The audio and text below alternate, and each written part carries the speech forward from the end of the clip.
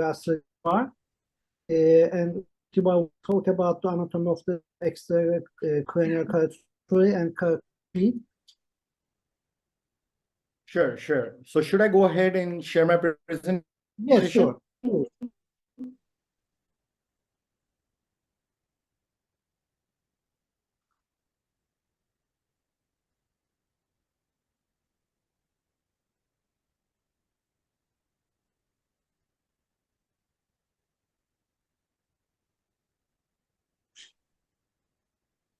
Okay, can you see the screen? Yes, perfect. Hello? Perfect. Okay. Okay, so this is Dr. YASIR KHEBAR. I am working as a consultant neurospinal surgeon at Hyderabad, Pakistan. Today, I'm going to be talking about the anatomy of the extracranial carotid artery and the carotid sheath.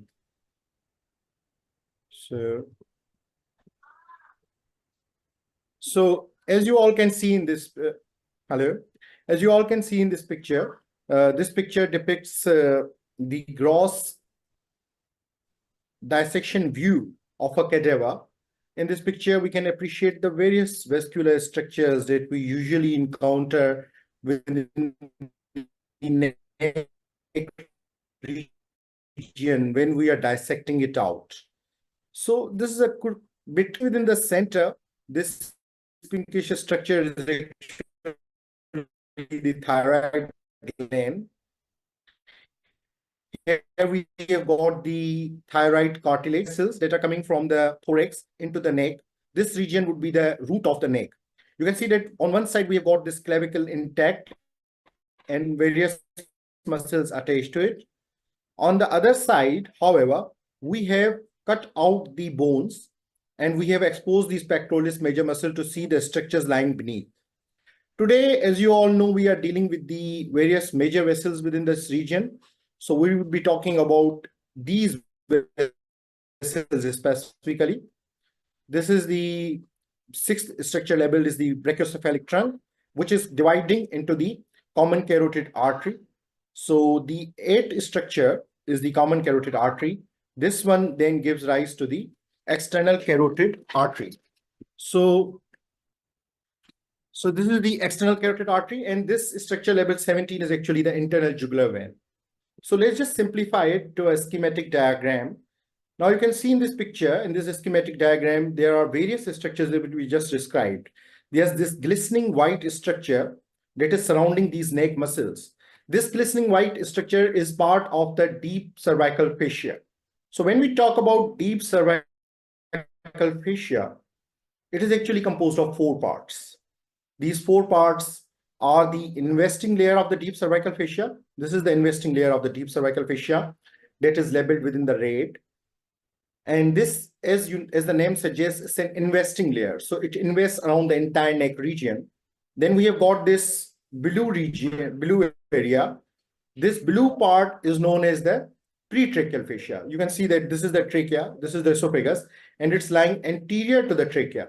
So that's why it's called the pretracheal fascia. We have got the vertebral bodies behind, and just anterior to the vertebral bodies, we have got this yellow layer that is known as the prevertebral layer of the deep cervical fascia. And then the structure that we want to discuss today is this layer that is labeled in the green. That is the carotid sheath. Carotid sheath is actually labeled as a part of the deep cervical fascia, but actually it's a loose areolar matrix that is surrounding these vessels. And you can see that in reality, this is not actually a division. There's no partition in the living being. In the living beings, these layers are actually communicating with one another. So when we talk about the living beings, we have got this green structure is actually communicating with various structures. You can see that on the medial aspect, it is just getting blended with the pretracheal layer of the deep cervical fascia. On the posterior aspect, it is blending with the prevertebral layer of the deep cervical fascia. On the anterolateral aspect, it is blending with the investing layer of the deep cervical fascia. So what is actually within this carotid sheath? You can see 3 structures in this picture that are clearly lying within the carotid sheath. One of the structure lies medially, just beside the pharynx. This medial structure is the artery. And then one structure is lying laterally, that is the vein. And in between the artery and the vein, we have got this small structure, that is the nerve. So this small structure is actually the vagus nerve. The artery could be either a common carotid artery below the thyroid cartilage, or it can be internal carotid artery above the level of the thyroid cartilage. And this structure is the internal jugular vein. So the internal jugular vein lies laterally, whereas the carotid artery lies medially. So coming back to this previous picture, so this glistening white layer that we are seeing in this picture is actually the investing layer of the deep cervical fascia. Then we can see that various blue colored structures that are the veins. This most superficial vein is the external jugular vein. We won't be talking about this one in detail. However, on the other side, that is on the right side in this diagram, we have actually removed this investing layer of deep cervical fascia, and we have removed this muscle. And this muscle is the sternocleidomastoid muscle that we have removed. And once we remove this investing layer in the muscle, we can see various deeper structures that we are going to talk about today. One of them, as we previously discussed, the laterally lying structure is the vein, that is the internal jugular vein. And then we have got this artery that inferiorly is the common carotid artery, superiorly it would continue as the internal carotid artery. Then we have got various nerves in this region. Obviously, vagus is not visible in this diagram. We can see this trapezius behind. We can see the scalenus muscle behind the internal jugular vein. We can see in the midline various strap muscles. One of the most important strap muscle is this muscle, that is the omohyoid, and it serves as a landmark for the internal jugular vein. So this is the tendon of the omohyoid. This one would be the inferior belly. This one would be the superior belly of the omohyoid. So this omohyoid muscle, the tendon, actually serves as a landmark to this structure, that is the internal jugular vein. So this structure is actually traveling from the root of the neck, that is from the thorax up till the base of the skull. Various structures which travel within the carotid sheath have different endpoints. The internal jugular vein would obviously start from the jugular foramen as a continuation of the sigmoid sinus, and would go on to empty into the main venous channels, that is the superior vena cava. And the common carotid artery would actually begin on the one side from the brachiocephalic trunk, and from the left side from the arc of aorta, and would terminate by dividing into the external and internal carotid artery. So now this diagram is a schematic diagram that will help us learn about the relationship of various structures that are part of the carotid sheath. As we previously described, there are three main structures within the carotid sheath. One of them is this vein that is labeled in blue. This is the internal jugular vein. Then we have got the common carotid artery. Mind it that common carotid artery and internal carotid artery both lie within the carotid sheath, whereas the external carotid artery actually is not a part of the carotid sheath and lies superficially. And then we have got these yellow structured nerves. It is not only the 10th nerve, the vagus nerve, that is a part of the carotid sheath, but over the course of the carotid sheath, various nerves enter and then exit the carotid. So all them specific level. So whenever we as neurosurgeons are doing dissections within these regions, when we are doing endarterectomies or approaching these vessels, we should be careful about these nerves. So let's just briefly go over the course of the various cranial nerves that are part of it. So this is the vagus nerve, as you can all see. The vagus nerve, this is the inferior vagal ganglion, a swelling of the vagus nerve. And then the vagus nerve is also related to the other cranial nerves in this region. This you can see is the 12th cranial nerve. I'm starting with the 12th cranial nerve because it is important, especially during the end artery. Its course is important. You can see this is the 12th cranial nerve coming down. Then it passes inferiorly below this loop of the posterior auricular artery, passes deep to the posterior belly of the digastric muscle, and then takes a sharp 90-degree turn forward. So here would be the tongue and the jaw region where this hypoglossal nerve has to go. It has to go to supply the tongue. It's coming from the hypoglossal canal. So once it takes this 90-degree turn, it is actually crossing anterior to both the internal carotid. Glossal nerve lies superficial and crosses anterior to the internal carotid and external carotid artery before passing into the jaw. So this is an important relation, especially when you are doing dissections in this region. You have to be careful about it. Then we can see the accessory nerve. This is the 11th cranial nerve. The accessory nerve has got a sad story. It has two portions, the cranial and the spinal portion. We know spinal portion arises from the spinal part. The cranial portion arises from the nucleus MBGS, but those cranial fibers are actually borrowed to be passed on to the vagus. So you can see that here it passes these fibers back to the vagus nerve, and then it will supply via this pharyngeal branch. These fibers which are coming from the cranial part of the nerve will go to supply the muscles of the pharynx other than the stylopharyngeus and muscles of the palate other than the tensor veli palatini.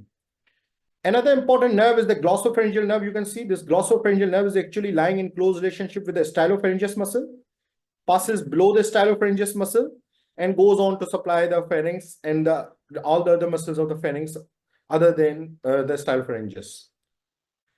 You can also see that between the internal carotid artery and external carotid artery, there are three structures that are passing over here. One of them is this stylopharyngeus. The other one is the glossopharyngeal nerve. And the third structure is the pharyngeal branch of the vagus nerve. So these are the structures which actually separate the internal carotid from the common carotid artery. And another identification point when we are doing dissections in this region within the neck does not give off any branch at all. So it is a branchless artery within the neck. It is going to give branches only after it enters within the carotid canal and going towards the intracranial part. However, the external carotid artery has got various branches coming off. You can see here that there are branches coming off the external carotid artery, as we will discuss later on. And then we have got another important branch over here. You can see this root that is coming posteriorly and turning around the internal jugular vein. This is the posterior or the lower root of the ansa cervicalis. And then we have got a superior root of the ansa cervicalis. So the superior root of ansa cervicalis travels on the artery, whereas the inferior root travels around the vein, and they come and join together in front of the artery. These will supply the strap muscles we just described. What are strap muscles? These are the muscles which travel between the sternum and the thyroid cartilage. They can be thyrohyoid, sternohyoid kind of muscles. The superior root comes from the hypoglossal nerve. You can see that it is arising from the hypoglossal nerve, whereas the inferior root comes from the C2, C3 rami that are located over here. So just going to the surface marking of these structures, the common carotid artery starts at the level of the sternoclavicular joint up till the upper border of the thyroid cartilage. This marks the level of the C4, upper border of the C4. This is the surface marking of common carotid. From the upper border of C4 up till the tragus, we have got, if we draw a line, this one would represent the internal carotid, whereas from the upper border of the C4 behind the angle of mandible, if we draw a line, then it would represent the external carotid. So this was about the surface marking. So just in this schematic diagram, I'm going to trace that how these arteries are actually originating. As you can see, this is the arc of aorta within the thorax. On the right side, we have got this brachiocephalic trunk. On the left side, we have got two branches. Common carotid arises separately, subclavian arises separately as well. Whereas on the right side, the brachiocephalic artery. So this is where the common carotid is actually, I think this is the origin of common, lies lateral to the thyroid gland and behind the of the thyroid gland. This nerve over here, internal jugular vein that is actually draining along with the subclavian vein to form the right brachiocephalic trunk before emptying into the vena cava. So this is where the carotid sheath actually is starting. And from here, the carotid sheath starts. You can see that the internal jugular vein lies laterally. The common carotid artery lies medially. The vagus nerve in between these two. And then it ascends of these structures. You can see that on the left, you have got this thoracic duct just at the origin. You can see the phrenic nerve and you can see the anterior scaneus muscle, which are located in a posterior relationship.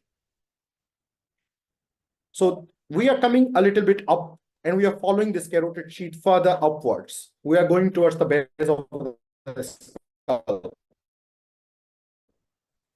So this is the external notch. This is the same brachiocephalic trunk. In this one, we have removed the venous with them off. The very important posterior relation is of this sympathetic trunk. The sympathetic trunk itself is not a part of the carotid sheath, but it lies deep to the carotid sheath. And this is the sympathetic trunk which travels behind the carotid sheath and the artery. You can see other branches of the thyrocervical trunk also, but they are not important. Let's just ignore them. But these are the three main structures that we have to follow: the vein, the artery, and the vagus nerve. Thyroid gland has been retracted to give you a better view of the common carotid artery. This is another dissection diagram. Now that you have a view and understanding of the schematic diagram, you can understand this one. You can see that this one is the brachiocephalic trunk. It would go on to give rise to the common carotid artery.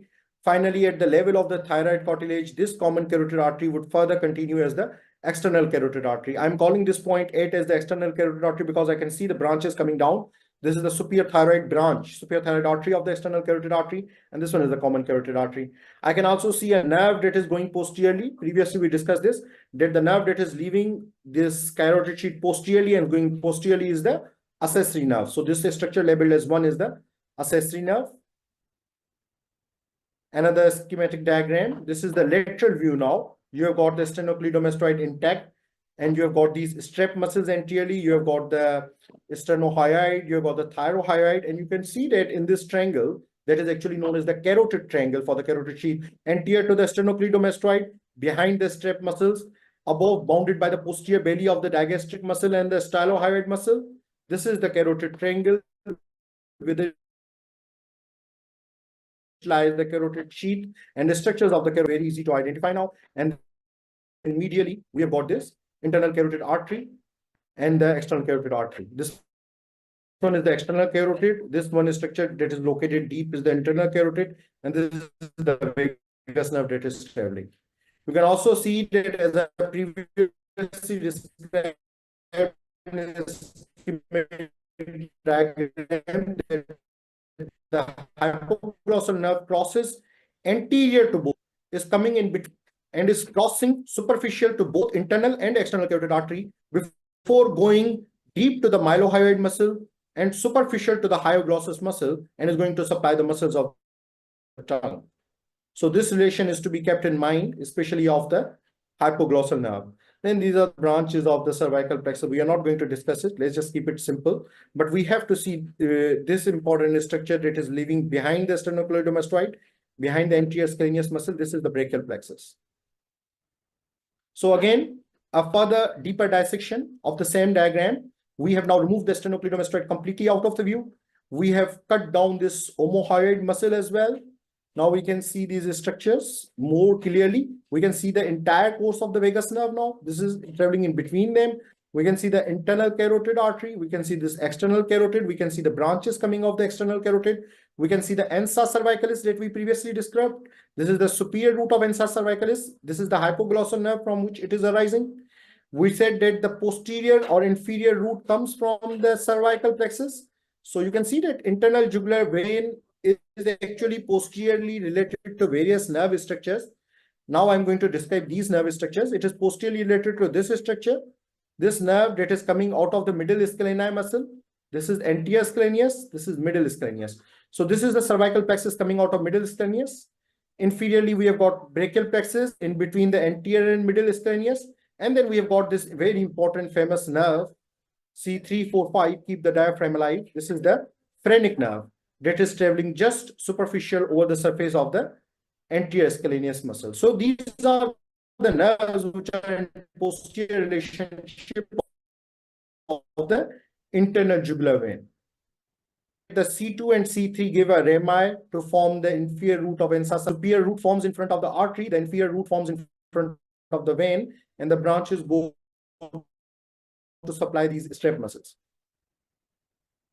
So again, we are just doing a schematic diagram, then getting an understanding on the dissection one as well. So this is a dissection one in which we can see the vein, that was the internal jugular vein. We can see the common carotid artery, and we can see the external carotid artery. We can see the posterior belly of digastric over here. These are the strap muscles.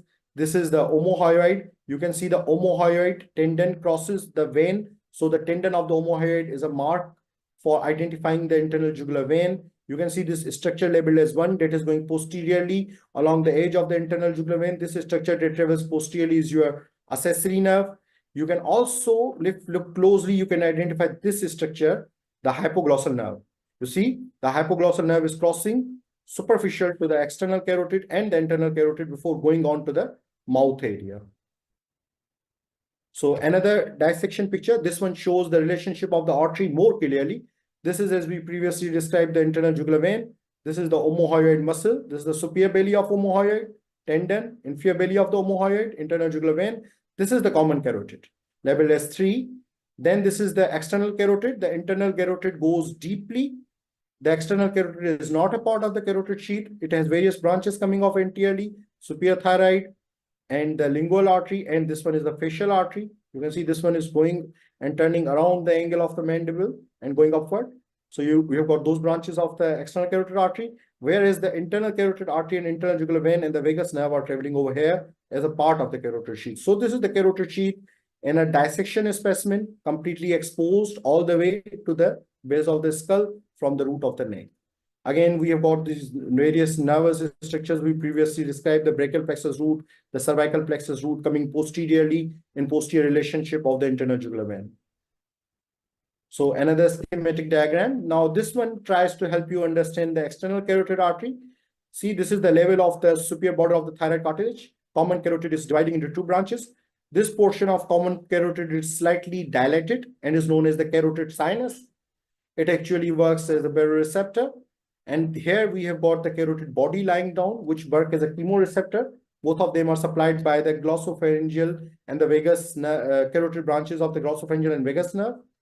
We can see that the author has actually retracted the carotid sheath away with the help of this retractor. So he's pulling away the internal jugular vein, pulling away the internal carotid artery, and along with it, he's pulling away the ansa cervicalis and the vagus nerve. Mind it, I would not recommend to do this in a live specimen. And this external carotid artery can then be visualized completely. You can see this is there are various branches of external carotid artery. An easy way to remember them is that 3 of them come anteriorly, the superior thyroid artery, the lingual artery, and the facial artery going along the loop along the jaw. Then 1 of them goes medially. This is the ascending pharyngeal artery that goes medially. 2 of them go posteriorly. One of them is this one, posterior auricular artery. Another one is this, the posterior occipital artery. And then finally 2 terminal branches, the internal maxillary artery and the superficial temporal artery that all the residents love to burst during the decompressive surgery. Then we have got the various nerves as well. The accessory nerve passes lateral, superficial to the internal jugular vein, goes back. We have got this hypoglossal nerve. Very clearly, you can see that hypoglossal nerve comes down and passes anterior to both the internal carotid and the external carotid and goes on to pass deep to the mylohyoid. So again, dissection specimen, the same thing has been depicted. This 4 is the common carotid artery, very easy to understand now. This is a dilated portion of the common carotid. So this is the carotid sinus. This one is with branches. This is the external carotid artery. This one without branches is the internal carotid artery going deep down. Obviously, the vein has been removed in this specimen. So we can see this 32 labeled structure. This is the vagus nerve. And we can see the hypoglossal nerve over here as well, coming to pass into the jaw. Now, this is structure I just put in this picture to give you an understanding of the branches, but I have already described the branches of external carotid artery. And I think you guys have got an understanding for that.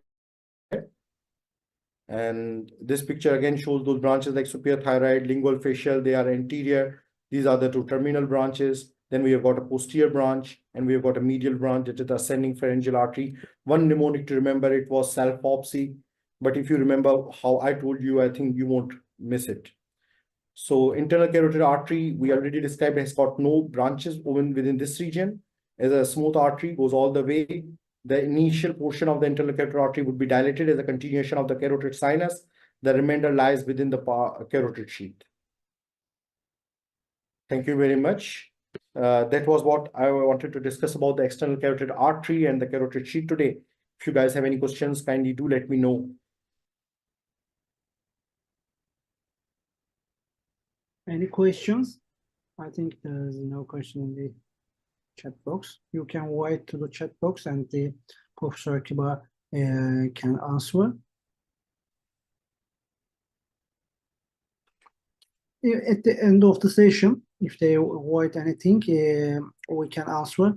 And now I will share the video of the Professor Selda. Thanks, KHEBAR, your detailed explanation of the